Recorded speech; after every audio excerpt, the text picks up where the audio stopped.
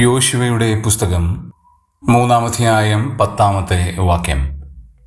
യോശുവ പറഞ്ഞതെന്തെന്നാൽ, ജീവനുള്ള ദൈവം നിങ്ങളുടെ ഇടയിൽ ഉണ്ട്.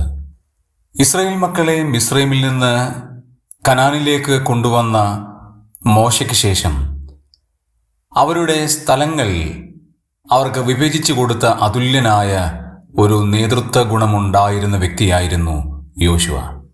ആ യോശുവ അവരോടായി പറയുകയാണ്, ജീവനുള്ള ദൈവം നിങ്ങളുടെ ഇടയിൽ ഉണ്ട്. എന്താണ് ആ ജീവനുള്ള ദൈവത്തിൻ്റെ പ്രത്യേകത?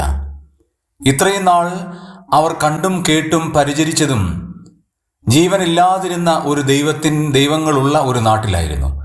എന്നാൽ ഇപ്പോൾ അവർക്ക് ബോധ്യമാകുവാൻ തക്കവണ്ണം യോശുവ പറയുകയാണ്, ജീവനുള്ള ഒരു ദൈവം നിങ്ങളുടെ ഇടയിലുണ്ട്. ആ ദൈവം പ്രവർത്തിക്കുന്ന ദൈവമാണ്.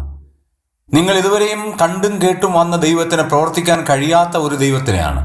എന്നാൽ മരുഭൂമിയിലെ യാത്രയിൽ നിങ്ങൾ കണ്ടത് പ്രവർത്തിക്കുന്ന ഒരു ദൈവത്തെയാണ്. നിങ്ങൾ മിസ്രൈമിൽ കണ്ടത് സംസാരിക്കാൻ കഴിവില്ലാത്ത ഒരു ദൈവത്തെയാണ്.